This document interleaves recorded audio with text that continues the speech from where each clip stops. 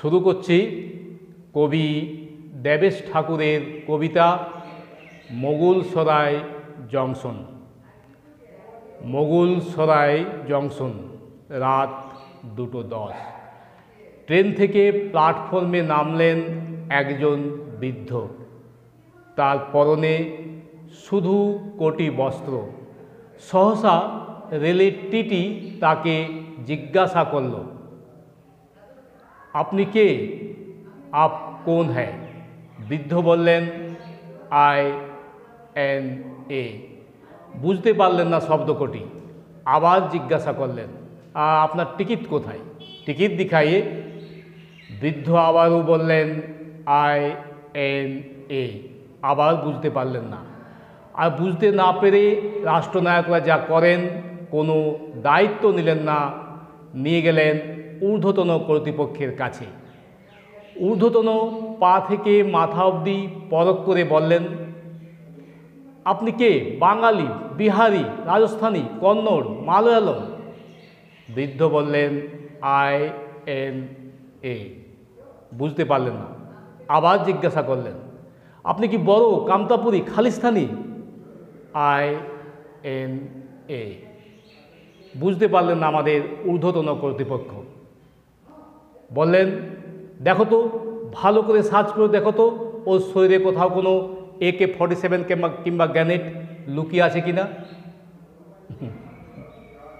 শীতের রাতে যার শরীরে সামান্য কোটি বস্ত্র ছাড়া আর কিছুই নেই, তিনি কোথায় লুকিয়ে রাখবেন এসব মারণাস্ত্র?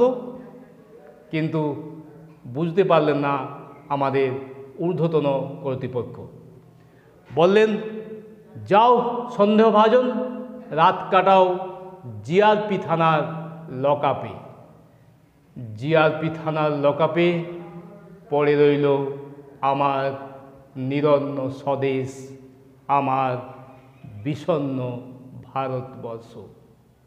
রাত বাড়লে রেলের জমাদার নিয়ে এসে দুটো পোড়া রুটি এগিয়ে দিলেন বৃদ্ধের সামনে। কত দিনের অনশনের পর আজ এই অর্ধাসন। বৃদ্ধের চোখ বেয়ে জল নেমে এলো। জমাদারনি জিজ্ঞাসা করলেন, আপনি কি কাউকে খুঁজছেন? হ্যাঁ, খুঁজছি। কাদের খুঁজছেন? আমার আত্মীয়দের। কারা আপনার আত্মীয়? বৃদ্ধ পকেট থেকে বার করলেন একটা কাগজ। তাতে পরপর 4টে নাম লেখা, হলুদ শতছিন্ন কাগজ। তার প্রথম নাম মোহনদাস করমচাঁদ গান্ধী। আপনি একে খুঁজছেন? কোথায়, কখন পাবেন একে? এ সময় বড় দরকার। হ্যাঁ, যে মানুষটিকে বড় দরকার। মোহনদাস, তুমি না বলেছিলে মোহনদাস, হিংসা থাকবে না, রক্তপাত হবে না?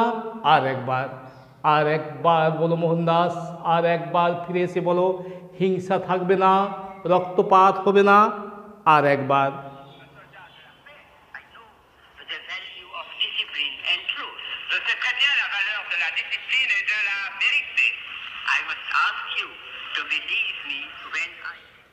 হিংসা, বড় হিংসা চতুর্দিকে। আর আমার সর্বাধিনায়ক সুভাষচন্দ্র, তুমি যেদিন বলেছিলে দিল্লি চলো, আমি তোমার কাঁধে কাঁধ মিলিয়ে ওখানে হেঁটেছিলাম, তোমার কাঁধে হাত মিলিয়ে যুদ্ধ করেছিলাম, তোমার কথা শুনেছিলাম, কি বিশ্বাস পেয়েছিলাম তোমার প্রতিটি কথায়।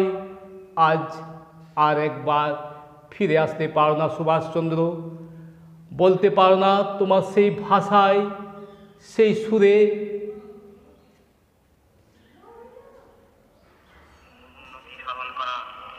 সমস্ত বন্ধন হতে জাতিকে চিরকালের জন্য মুক্ত করা, এই সর্বাঙ্গীন উন্নতি আনতে হলে সর্বাগ্রে পরাধীনতার শৃঙ্খল মোচন করতে হবে।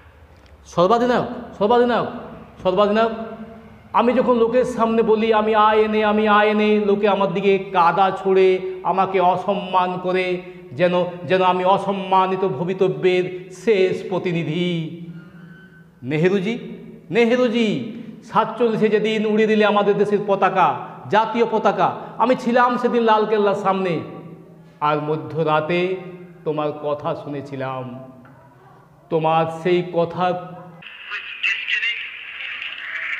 And now the time comes when we shall redeem our pledge, not wholly or in full measure, but very substantially.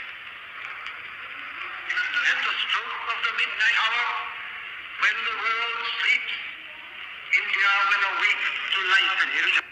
তোমার সেই প্রতিশ্রুতির পর আজ বহু বছর অতিক্রান্ত হয়ে গেল। কই তোমার প্রতিশ্রুতির মতো সকলের জন্য শিক্ষা, স্বাস্থ্য, বস্ত্র, বাসস্থান আজ কোথায় কাটায় দেশের বেশিরভাগ মানুষ তাদের দিনরাত্রি? ফুটপাতে। একদিকে মানুষের যক্ষের ব্যাংকে কোটি কোটি টাকা, অন্যদিকে নিরন্নতা, বিষণ্ণতা। এরপর জিআরপি থানার লকআপের ফাটকটি খুলে দেওয়া হলো। বৃদ্ধ বাইরে এলেন, বাইরে এসে দেখলেন চতুর্দিকে রেল লাইন, উত্তরে দক্ষিণে পূর্ব পশ্চিমে। কোথায় যাবেন, পথ কোথায়, হদিস কোথায়, রাস্তা? সহসা রেলের জমাদারনির ছোট্ট শিশুপুত্র এসে তার হাত চেপে ধরল। আও হামারা সাথ। কোথায় যাব? মেরা ঘর, হামারা ঘর। কোথায় তোমার ঘর? ছোট্ট শিশুপুত্র দুহাত সামনে বাড়িয়ে দিয়ে বলল, হিন্দুস্তান। বৃদ্ধ দেখলেন পূব দিক লাল হয়ে আসছে, সূর্য উঠছে, তার রক্তিম আভ ছড়িয়ে পড়ছে চারিদিকে, নতুন আলো, নতুন দিশা। বৃদ্ধ সেদিকে এক দৃষ্টে তাকিয়ে থাকতে থাকতে উচ্চারণ করলেন, ওং জবা কুসুম কাশ্যপেয়ং মহাদূতং ধন্তারিং সর্বপাপং প্রণতস্মি দিবাকরম। হে দীপ্ত দিবাকর, হে জ্যোতির্ময় রবি, আরও আলো দাও, আরও প্রাণ দাও, নতুন দিশা দাও। রবির কথা বলতেই মনে পড়ে গেল আর এক রবির কথা। তিনিও বলেছিলেন মনুষ্যত্বের জয় হবে, মানবতার জয় হবে। স্থির বিশ্বাস এখনও দিকে দিকে শোনা যায় সেই জয়ধ্বনি। শোনো শোনো সেই জয়ধ্বনি। अधिनायक जय हे भारत भाग्य विधाता, पंजाब सिंध गुजरात मराठा द्राविड़ उत्कल बंगा, विंध्य हिमाचल यमुना गंगा उच्छल जलधि तरंगा। तब शुभ नामे जागे, तब शुभ आशीष मांगे, काहे तब जय गाथा, जनगण मंगलदायक जय हे भारत भाग्य विधाता। जय हे जय हे जय हे। नमस्कार।